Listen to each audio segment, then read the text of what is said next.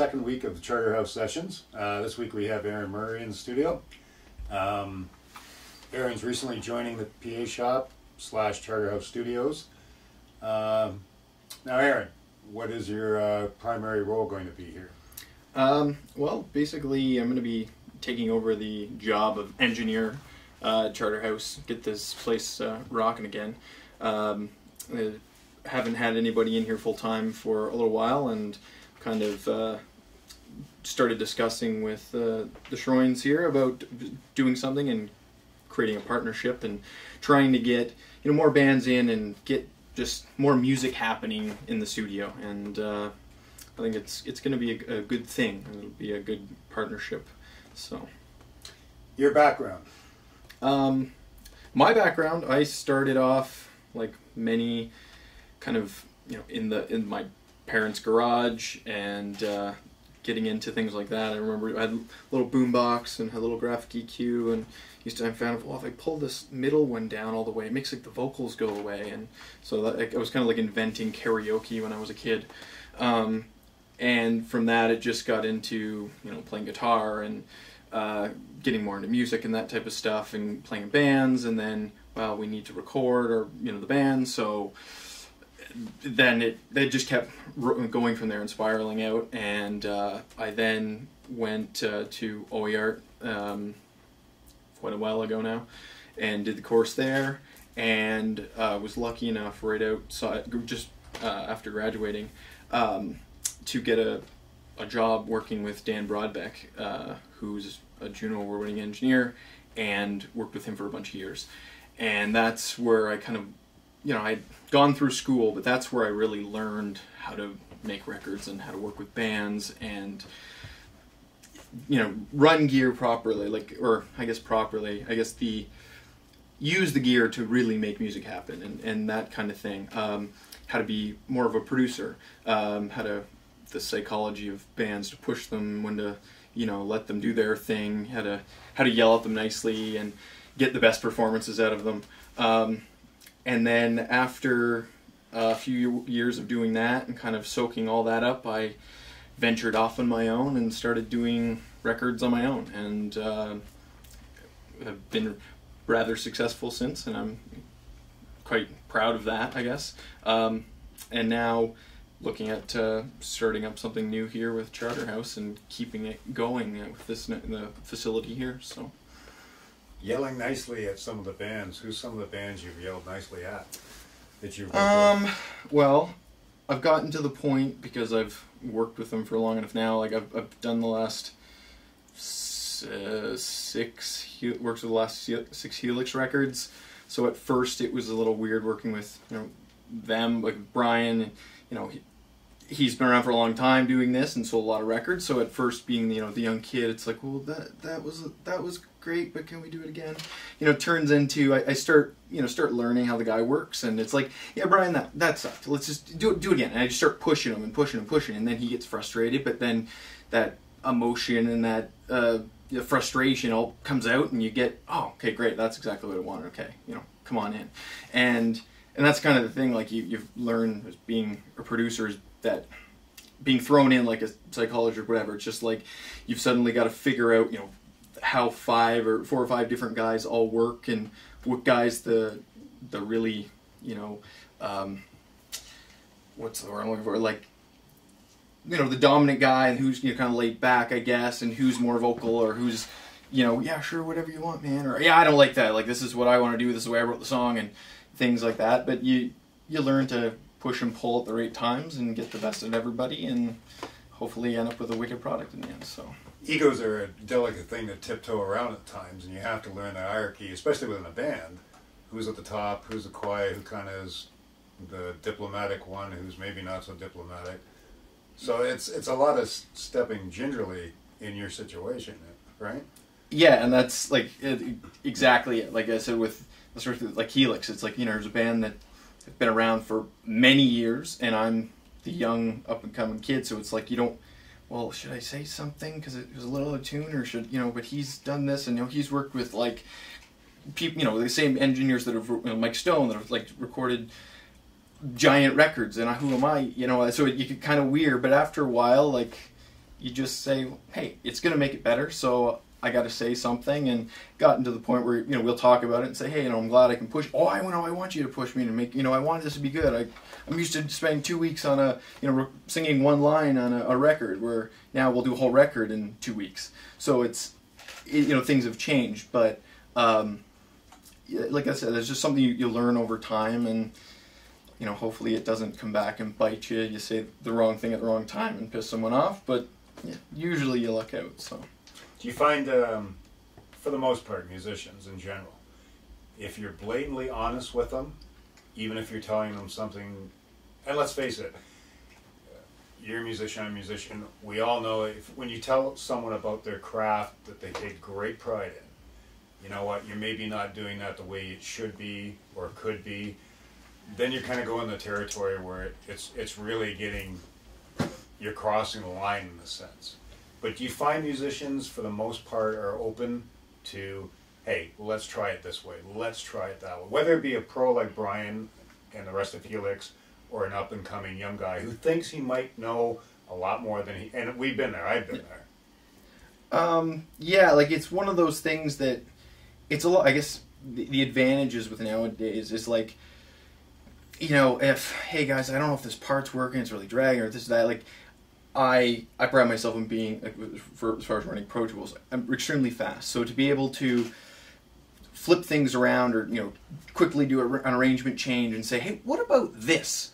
Like, it's easy to just do it and say, hey, listen, and then they can go, oh, okay, I never thought of that. Opposed to sitting down and having a, like, big drama. What if we try this, and then we'll do this part and do that? Like, I'm more of, like, I like to kind of show the end result, because not everyone's creative enough to be able to like, picture it in their heads. Like, they need to hear it back, right? So for me to be able to go click, click, click, click, click, and say, okay, what about this? And oh wow, we never thought of that. That's awesome. We love it. It's great, cool. It took me like 30 seconds or whatever to quickly do an arrangement change, and they love it. I think now the song flows better, and you know, that's just a plus. And if they don't, well, undo, and bam, it's back to where it was, and we wasted, what, 30 seconds to a minute or whatever playing back the song. So did it ruin our day or anything? No. But and that's generally kind of the way I'll push things. Like, if I can, you know, make a suggestion to kind of show them what I'm thinking, I find most guys will, I guess, understand it better, because like I said, it'll be, they can kind of hear it and, you know, kind of visualize the final product better than, hey, what if we try this and then do that, but you don't play, and we'll do, you know, blah blah blah blah blah, and then I don't get it, because, you know, it depends on guys. Like, certain musicians are really keen to that type of thing and understand. Other guys are, you know, more like, here's my parts, and so we got to play. And this is what I know, versus, you know what I mean. So like I said, that's kind of the way I approach those situations, is usually just do it and say, like, look, here, this is how it goes, and what do you think? Okay, from the engineer standpoint, how many instruments do you play? I can play all of them. I just can't necessarily play them all great. But yeah, like, if I had to, I could play a drum track. Would I have the most amazing feel ever? No. But me and my friend Pro Tools, we could probably, you know, bump and shuffle and whatever and come out with something solid. Playing guitar is my main instrument, you know, so I'd love to be a better bass player, but I can hammer away a bass part. I sing a lot of backup vocals because I have a higher tone when I'm singing, so usually for backup vocals it usually fits really well. You know, keys, the same thing. Like, I can play piano, so, you know, and then click, click, click, click, click, click, click, and you move things around. So I can fake my way through a lot of things. Like, I'd love to be a wicked piano player, an amazing drummer, or whatever, but I've got a lot of other stuff to worry about rather than sitting and playing those all day. So, but it does give you an advantage. If a band comes in a Charterhouse and you're doing recording, and let's say a drummer lays down a fill that's not appropriate, could be better, whatever the case may be. The fact that you understand how to play drums, regardless of what level, it doesn't matter. For sure. You can at least say to him, look, try this, try that, this sounds good, that doesn't, and the person's going to have respect for you because you do play drums. You do have a knowledge. You're not a flute player trying to tell a drummer how to play. Yeah, like, and as far as that goes, like, that's, part of that comes down to the sound of it too, right? It's like showing guys, like, I worked with, do something a while ago with, and it was a really young drummer. He was really young. His older brother was his session. He was, only been playing drums for a couple of years. And I went in to adjust some mics after, while we're getting sounds. I can looking at the snare drum, and you can see he's constantly hitting the snare off really close to the rim. I'm like, well, that explains why there's no oomph in the snare drum. So, just, hey man, it sounded great, but this time try to be, pay attention to hitting it more in the center. Like you'll sound better. I'm like, okay, I'll try. Hit record, and all of a sudden, instantly, it's like it sounds better. Yep. And that's, as much as that being, knowing drums or whatever, it's physics and just understanding the sound and what creates the sound. And before I worked in the studio, and I worked for a bunch of years in a music store, so understanding.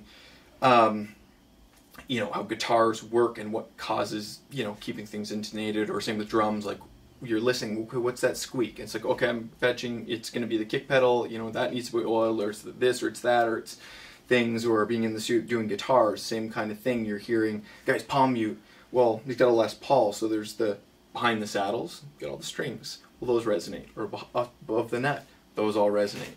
So you're going, ding, ding, and it goes, well, get out the Kleenex or the tape and tape all that stuff off. It's just understanding instruments or amps or, all those little techie things that most guys, whoa, I never realized that. Or, putting Kleenex into the springs on, the back of a Strat. Same thing. You get high gain, try to palm mute, well, those resonate, and all of a sudden your little tight little holes in the song have all these little things, right? Which most guys, no, I never thought of that. And it's like the first thing I do, you plug in, play, okay, just a second, undoing the back plate or grabbing the tape or that type of thing. And it's just understanding how things work as much as, I guess, playing the instrument. Like I said, I'm not a wicked drummer, but I know all the things that buzz and squeak and make all those stupid noises that'll drive you nuts if you don't catch them. So, yeah.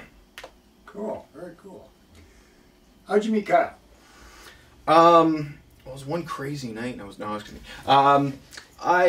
A friend of mine worked up here at the PA shop, and so coming in, see him, check out some of the gear, this, that, or whatever, and that's kind of how we originally met, and it kind of just went from there. It was just one of those things that I knew that there wasn't much going on here, and I just kind of gave a call, and we sat down and started talking.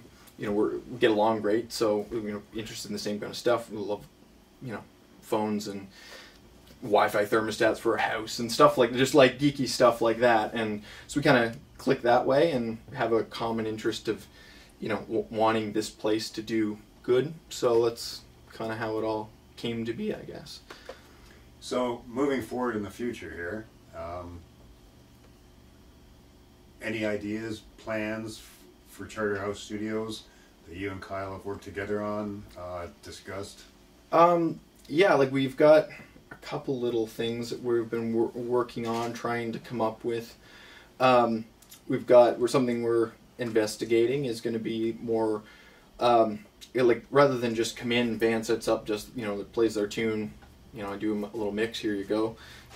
Is we're looking at doing kind of venturing more into the video side of things too. So a band could come in and set up, do their, track their songs, and then while they're tracking, we're also like recording, similar to this type of thing. Like we've got, a bunch of different camera angles, so someone on the drummer, a guitar player, vocalist, whatever, and then when they're done, they'll get their audio mix, which they can put up and, put on iTunes or whatever, but then also have a video component that they can, put on their website and their Facebook or whatever. And so it's another angle, another product for the bands to show off what they look like, how they perform, whatever, and keep their fans more engaged. It's one more thing, because nowadays people's attention spans are non-existent, so they need more content, more stuff to find and download and add on their phone or whatever. So we're hoping that it's going to be something that's going to be kind of cool. And so far I've kind of been out asking a lot of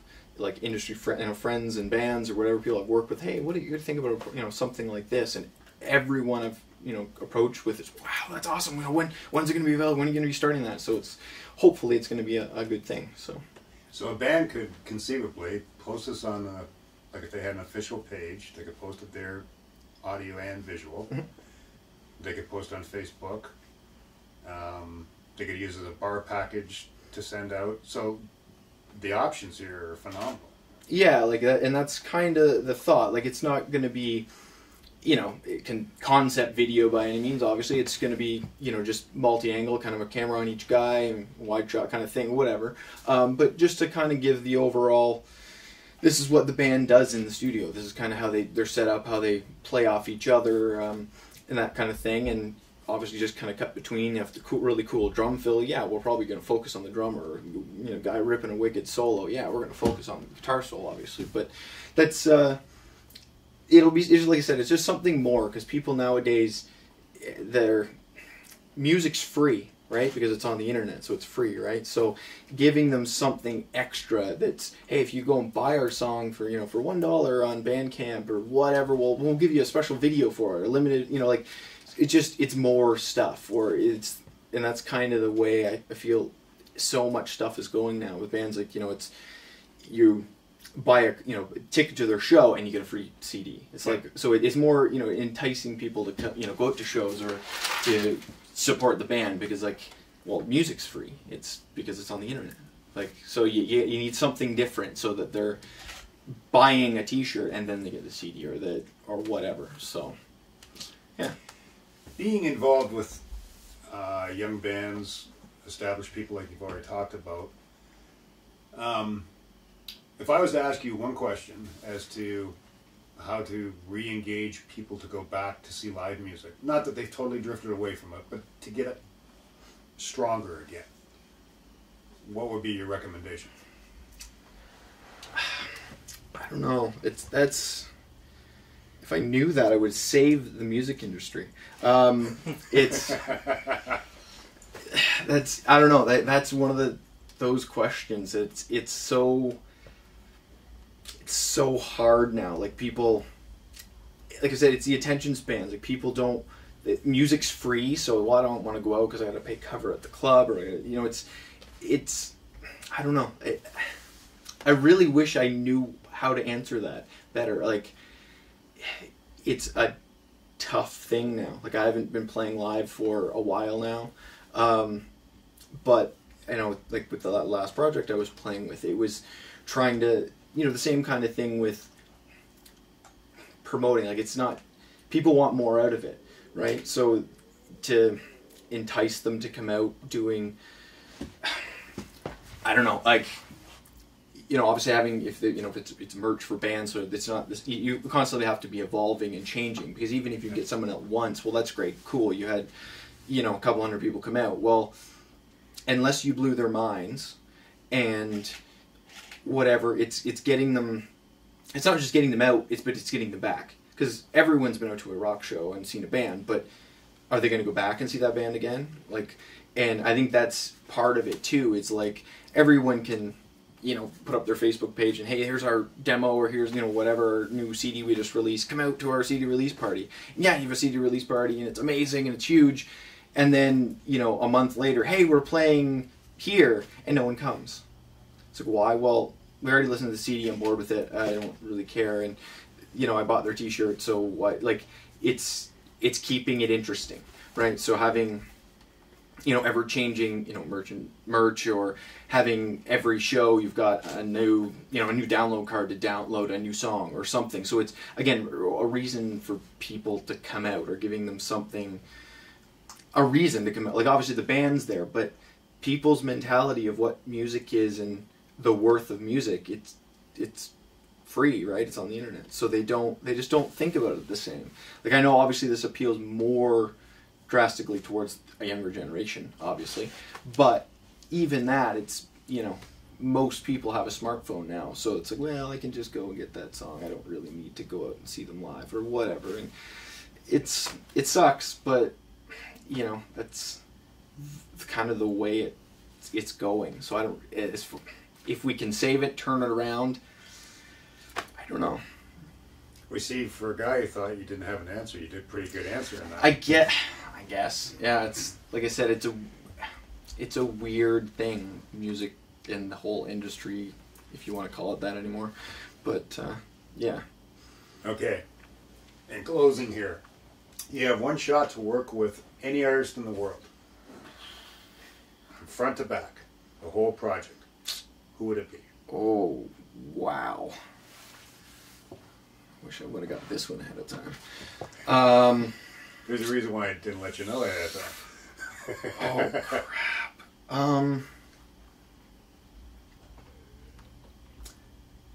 I don't know.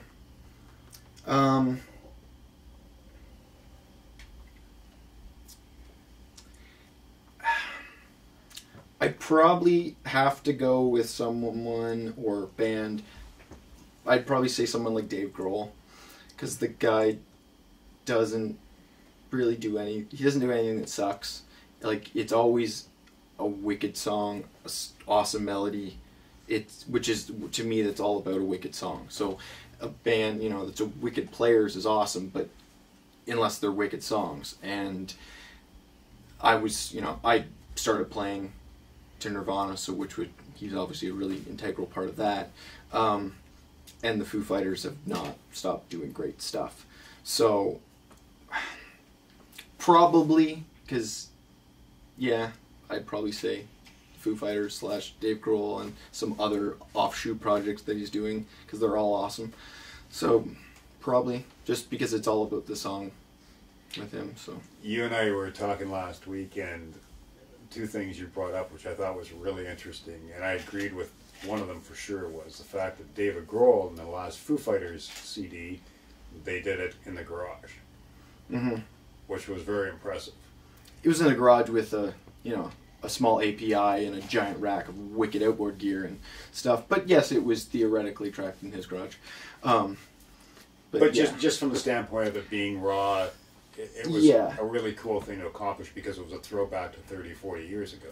Yeah, like to me, like when I first heard that record, it was just like, wow, like this is awesome. Well, in many ways, it's horrible and gross and distorted and bad, but that's why it's awesome, because it shows you that those guys can play, and it comes down to, it's those guys all together, and again, it's the songs, because if Dave didn't write wicked songs that were just catchy as hell, it wouldn't be the same either, I think. But and obviously you get Butch Vig that produced it, and and that whole thing. It was just that combination all put together, right? And it's cool, and like it's interesting.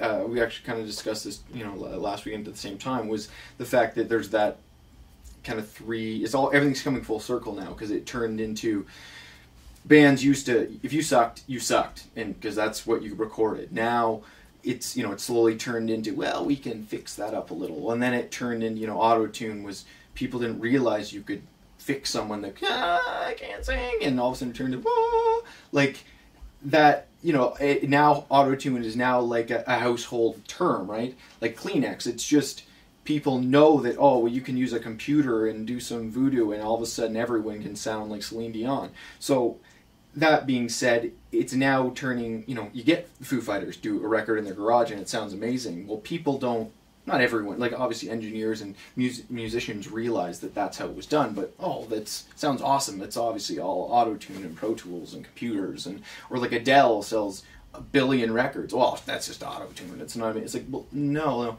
she's actually awesome, right? So it turned into that bands sucked but got fixed up. People buy the record and they go play live, and what the heck? This doesn't sound like the record at all. It's horrible. And then, I guess it's computers. Well, now it's, like I said, now everyone realizes computers fix everything. So, I'm not going to go out and see them live because they're going to suck. Well, no, like there are, now it's kind of going that for full circle again. The people are, like the Foo Fighters, like, screw this. We don't want any computers. We don't want anything. We just want to make a record of us playing and put it out. And, like I know that Butch Vig wanted to bring in a Pro Tools system to back up the tapes. And Dave said, if you bring a system in this, in this room, you're fired. So because he was so adamant, like, well, what happens if the tape blows up? He's like, oh, God forbid, we have to replay the song again, right? Like, but it's true. Like, some people, oh, we have to, that's perfect, we have to save it, we have to, like, if they're wicked, they'll be wicked again, right? So, and actually they took the master tapes and cut them up into 1-inch chunks, and for the first so many copies of the CD, you actually got a 1-inch segment of the original 24 track. And Butch freaked out, oh, we can't cut up the master. He's like, why? The project's over. We've made the project, it's done. Like, put your hands up, walk away. So who cares if we cut it up? So, and it's kind of, again, like that full circle thing. Right? So it'll be interesting to see what comes next now that people are, you know, the good stuff is now really starting to float to the top, and people don't realize that it's good. People just think it's all fixed up and doctored up. But at the end of the day, when you go and pay that $120 or $150 for a ticket, and you go see that band on stage, at the end of the day, and you and I talked about, it comes down to two things. You have to be able to replicate live what you did in the studio, mm-hmm. and sound good, because if you can't play instruments... Yeah. And the second thing, it comes down to a song. And we used as an example that Ride a Cowboy song. Yeah. I'm not really sold on the song, but you know what? When that chorus comes on, it bounces around my head for 4 days, and that's ultimately what it comes down to. Yeah, it, like, country music is, like, it's the perfect example. Like, I always say, it's like, how cheesy can we make this chorus without making it cheesy? And it's pushing it to that limit, and, like, with that song, it's cheesy, it's sexual, it's everything, but... You know, you play it and you get, like, young girls that don't even really get what the song's about, but they're singing and screaming along or dancing, and, you know, obviously, you know, young women or whatever, you know, going to clubs or that, and then you get, you know, their moms and their grandmothers, and they're all, it's just, because it's catchy and it's hooky, but it's, you know, like I said, pushing it to how cheesy can we make this? And that's basically, like, I feel like it's just about the goal with a lot of the country stuff, but it still, like, gets in your head, and you just sing it and sing it and sing it. Well, you won, like, and that's a smash hit song. Like, it's doing something, and like I say to more bands, and it's kind of my motto, I guess, is like, say more with less words. You don't need some big giant cryptic chorus to make it awesome. It's saying those 3 or 4 words that are, you know, you could just, that little snippet of 3 or 4 words, and, you know, repeat it for 4 minutes or whatever. Well, that gives you the whole vibe of the song, that paints the picture for the music video. You just get all of that, and it's something simple, you know, I want to hold your hand, or, you know, pour some sugar on me, or those things. They're all those stupid, simple little lines that captivate you, and, like, that's the trick, is figuring out those, or how to write music like that, or and let the song tell you what you got to do. So if you can come up with that great lyric and the catchy melody, and just let it predicate where the music goes and how the song develops and whatever, and don't force it. And I feel like that's kind of the way to get there. So, well, I want to thank you very much for taking time out of your busy schedule tonight to be here tonight. I'm going to really look forward personally to what comes out of the studio, because I think the studio's in great hands with you behind the console. Thank you. And I think this is going to be a really good time. So I appreciate what you coming down here, and we look forward to what the future brings. Thank you very much. Thank you, my friend.